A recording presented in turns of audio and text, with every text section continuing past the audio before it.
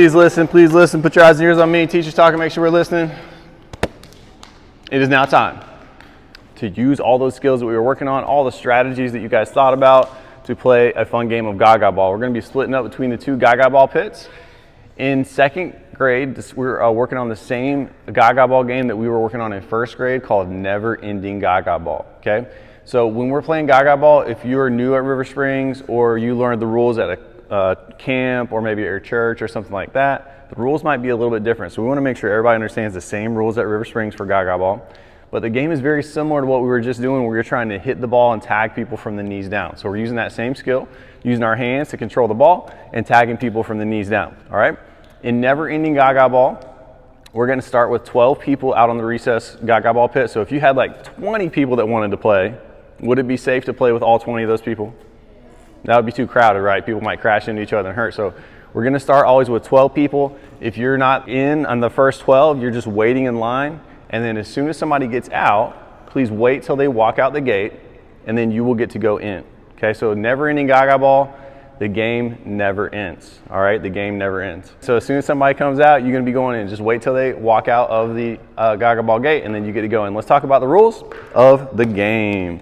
The rules of the game are very similar. We've got to stay on our feet. If you fall down, I saw some people when we were doing slap ball that went like this when they were hitting the ball down to their knees. So did I stay on my feet if my knees touch the ground? No. So if your other parts of your body touch the ground, please stop. Then you're out. You got to stay on your feet. We want to make sure we keep each other safe. So try to stay on your feet. If you touch the walls, then you're out. And then if you also hit the ball too high up in the air, it could either go over the walls. So if I'm the person that hit the ball over the walls, I would be out. And then at River Springs, we also have a catch rule. So if I hit the ball up and somebody catches it, the person that hit the ball up is out. So do we want to hit the ball up? Where do we want to keep the ball? We want to keep it down on the ground. That's what we're trying to do. We're trying to tag people from the knees down. Okay? So we have all the rules up here. If you have a question today or you're confused about something, you can come read these rules. But you want to make sure that you stay on your feet. And then after the game begins, we can't touch the walls, we can't fall down. If somebody's out, the next person is going to go right back in. Now, one thing that's a little bit different from the game we were just playing is you are not allowed to hit it 2 times in a row. That would be called a double tap. So we were just playing slap ball, and you could hit it as many times as you want. But in this game, in Gaga ball, if I hit it with my hand and then I hit it again, I'll be out. That's a double tap. We can't hit it 2 times in a row. So if you're close to a wall, you can bounce off the wall and then hit it again, all right? Or if it hits somebody's feet, you could hit it again, but we're not allowed to hit it 2 times in a row in the game of Gaga ball. Make sense? Got a question? We're not gonna learn any of the complicated or different ways to play, but I'm glad you know some different ways to play. That is really cool, okay? Let's talk about how you start the game. When the game starts, everybody's gonna have one finger on the wall to start. Somebody's gonna throw that ball up in the air. When the ball bounces, on the first bounce, you're gonna say, Ga. Second bounce, you're going to say, Ga. Last bounce, you're going to say, ball. And that's what starts the game. Let's practice it. You ready? Ga, ga, ball. Now, after you say ball, everybody takes their hands off, and that's when the game begins. Make sense? Yes. All right, most important thing I want you to remember is just be a good sport and have fun. I got to give Liam a shout out in the last game because he said, I'm not sure if the ball hit me, but I think it might have, so I'm just going to go out anyway. And he went out and he did his exercises. That's just being honest. That's being somebody that has integrity, okay? So if you think you got hit, just go out. Wait in line. You'll get back in just a second, okay? We're going to have real small games. You're going to get to jump right back in. Make sense? Yes.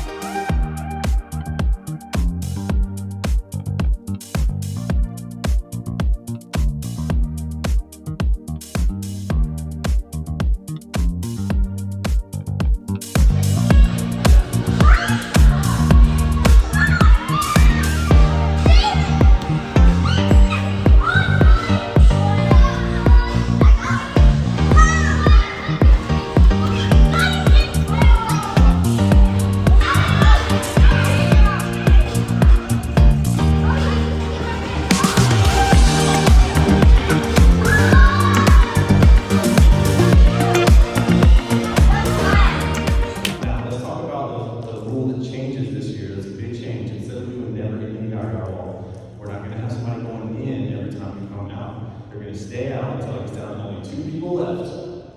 Now, if it's only down to 2 people left, If you are watching the game, you're going to start counting. You're going to count to 30 seconds. How many seconds? 30. Okay, so you're going to 30 seconds. When they start counting, the people that are left are allowed to do triple taps. Okay? So if I'm one of the last two people, when I hear everybody starting to count, I know that means I can go 1, 2, and then we have one more time. That lets you get a little bit closer to the person that you're trying to tag. So that's a big advantage, and you want to make sure you take advantage of that, because that's going to let you get closer. The reason we do that is because when there's only 2 people left, sometimes the game's kind of slow, and it takes a long time for them to tag each other. So given that triple taps rule, that lets you speed the game up a little bit. Now, if nobody wins, then it's a tie. You're going to give a fist bump in a good game, and then play rock, paper, scissors to see who throws the ball up next. Okay? If you are the winner, you're going to just be the one that stays in, and you're going to throw the ball up and start the next game. Make sense?